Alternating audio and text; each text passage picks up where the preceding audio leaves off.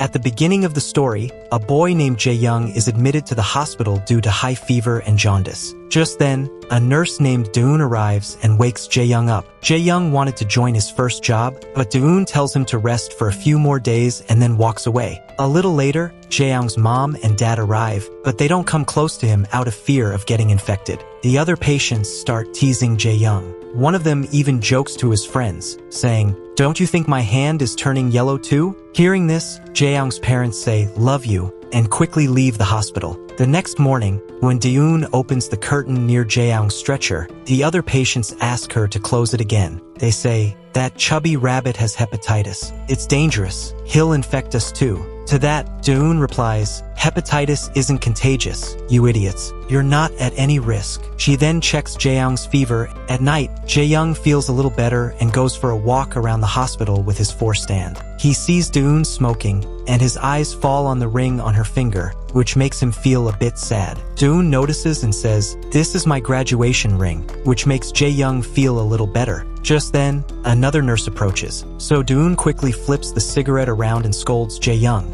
saying, "You're not allowed to smoke here." Jae-young apologizes and walks away. The next day, when Doon comes to Jae-young, she apologizes for blaming him the previous night for smoking. But Jae-young wasn't upset by her actions. After that, Doon starts eating Jae-young's breakfast without asking. She says, "Sorry, I was hungry." Jae-young replies, "It's okay, you can eat," but she leaves immediately. Later that night, when Jae-young opens his eyes, he finds Doon asleep with her head resting on his bed. She suddenly wakes up, gets startled, and rushes out of the room, thinking she had been asleep there for too long. After a while, when she goes to her usual spot to smoke, she finds Jae-young there smoking. She gets angry at him and tells him not to smoke in that area. Later, when she comes to give him his 4-drip, Jae-young says, "I'm sorry, I'll never smoke again." The next day, Doon comes to the hospital, and Jae-young serves her some delicious food that he had stolen from another patient's tray. Doon loves the food. Within just a few days, the two become very close. The following day,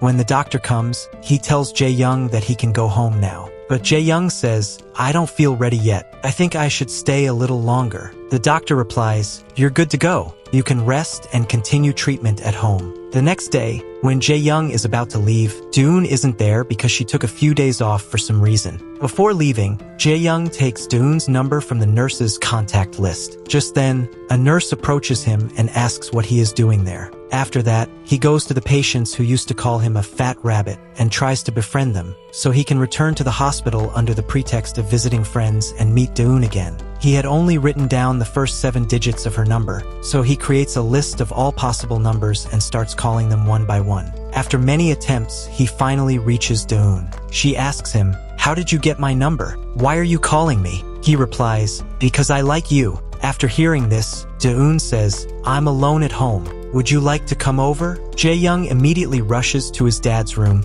takes his car keys, and drives at full speed to Doon's place. She sits next to him, but Jae-young notices that something's off. Doon looks very troubled. So, he prepares to leave, but she says, "Can I sleep holding you?" He agrees and stays with her. When he tries to get intimate, she stops him and says, "Don't make this mistake again." The next morning, when Doon wakes up, she sees that Jae-young has changed her light bulb and made breakfast for her. Seeing all this, she tears up and kisses him. Jae-young instantly becomes excited, but Doon calms him down. Slowly, Jae-young becomes very close to Doon. He visits her at the hospital, cleans her house, and even takes her on drives in his dad's car. One day, he notices that her graduation ring is missing. When he asks, she tells him that she lost it somewhere. One day, Jae-young says, "When I get a job, you should quit yours." Later, Doon says she has 2 tickets for a trip. "Will you come with me?" Jae-young agrees. They go shopping for the trip. Doon wants to buy matching t-shirts for both of them, but they can't find any in Jae-young's size, which upsets him a little. The next day, Doon is waiting at the airport for Jae-young to leave for Jeju Island. When he arrives, she gives him shoes that match hers. Jae-young loves the gift and says, "By next Christmas, I'll be fit and slim,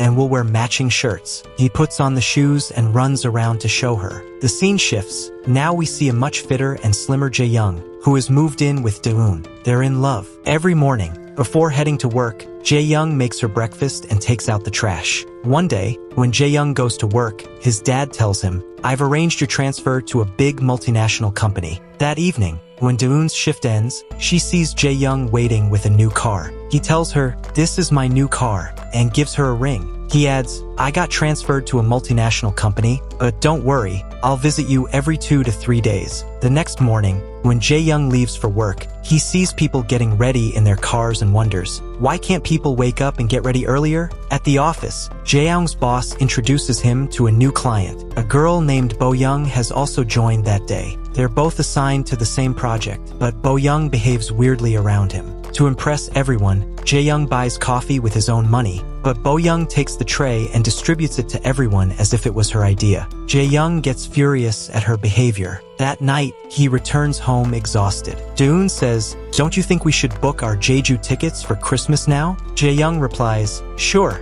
you decide the dates." The next day, all employees present their designs to the client. The client loves Bo-young's design, but Jae-young says, "This design won't support the bridge structure." The client then asks them to redesign the bridge and personally assigns Jae-young to verify the design. Jae-young now starts irritating Bo-young just as she did to him. He keeps pointing out flaws in her work. Since the deadline is tight, Bo-young decides to stay overnight at the office to finish the task. When Jae-young returns home, he falls asleep in Daeun's lap after giving her a kiss. The next day, as he's about to leave, Daeun says, "You don't have to drive this far every day. We can meet on weekends instead." At the office, he sees that Bo-young hasn't gone home. She looks sick and messy. Her food is scattered all over her desk. Jae-young, frustrated, says, "Either eat or work." She starts crying and says, "This is all your fault." Jae-young then flips her bridge model upside down and explains how the design needs to work. The next day,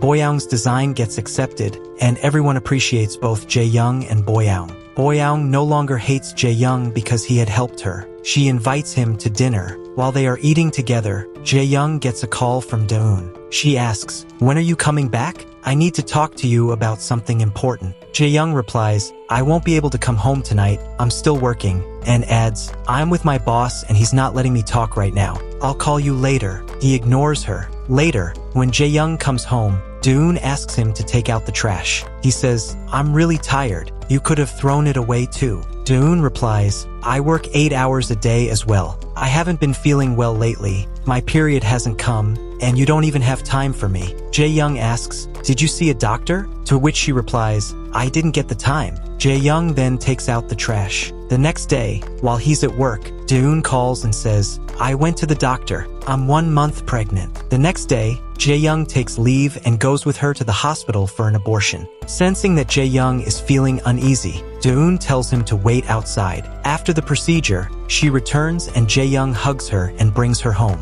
Seeing that she's not feeling well, Jae-young decides to stay with her. Just then, he gets a call from work. He tells them, "I won't be coming today." But when Daeun says, "It's okay, if you want to go, you can," Jae-young first pretends to hesitate, but then goes to work anyway. From his behavior, Daeun realizes he is only pretending to care about her now. Though Jae-young continues to visit her daily, the long commute exhausts him. He couldn't focus on work or give time to Daeun. He'd just come home, eat, and sleep. At work, he would doze off. Bo-young starts getting close to him, but he ignores her. Slowly, Jae-young had become like all the other men, the kind who get ready in their cars at red lights. One day, as he's about to leave the office, Bo-young comes and sits on his lap and says, "Don't go home today, come out with me." And so he goes out with her. Gradually, Jae-young begins spending more time with Bo-young. One day, while shopping with Daeun, he accidentally calls her Bo-young. Daeun asks, "Who is Bo-young?" Jae-young says, "What do you think? That I'm cheating on you? Do you think I sleep with her? She's just someone I work with." Daeun replies, "Do you think I'm a fool? Do you think I don't understand?" Jae-young responds, "If that were the case, I wouldn't travel all this distance just to see you." Daeun says, "You only come because I force you. And when you do, what do you even do? Just eat and sleep. I feel terrible for our child. I lost the baby because of you." This makes Jae-young furious. He yells, "Was that only my fault?" He drops her off and drives away angrily. The next day, while Jae-young is working, Boyoung sees he's upset and asks what's wrong. He suddenly kisses her. They start spending a lot of time together, and Jae-young stops meeting Doon completely. One day, Doon messages Jae-young and asks, "Should I cancel the Jeju tickets?" He replies, "Go with someone else." That night, their company throws a party to celebrate completing the project. Their boss sings a song related to Zizu. She tells Jae-young that after the project is over, she's going abroad to continue her studies. She goes to the restroom, and Jae-young checks his phone. He sees Doon's status and realizes she's going to Jeju for Christmas. He assumes she's waiting for him at the airport. He rushes to the office, grabs the ring he had taken back from Doon, and drives to the airport. At the airport, Jae-young sees Doon and runs toward her. But while running, he crashes into someone. It's another Jae-young. Doon comes over and picks up the chubbier Jae-young, not the slim one. Then we learn the twist. There are actually two Jae-youngs. Doon met the chubby Jae-young 3 months ago, but she had met the slim Jae-young 1 year and 7 months earlier, in the hospital when she had broken her leg. The slim Jae-young and Doon had originally planned the Jeju trip, but after he joined the new company and grew close to Boyoung, he began ignoring Doon, just when she needed him the most. Around that time, the chubby Jae-young entered her life, and they grew close. Initially, the chubby Jae-young saw that Doon had the ring, but later, it was gone. Both Jae-youngs had the same name, which is why Doon chose to go to Jeju with the chubby Jae-young, because the slim one had completely neglected her. At the airport, Doon ignores the slim Jae-young and walks away silently with the chubby Jae-young. Jae-young runs back to Boyoung and pleads, "Please don't leave me." He puts Doon's ring on Boyoung's finger and proposes, but she rejects him. So friends, what did you think of this movie story? Let me know in the comments, and tell me who do you think was really at fault in this story. That's it for today's video. I'll see you next time with another interesting movie explanation.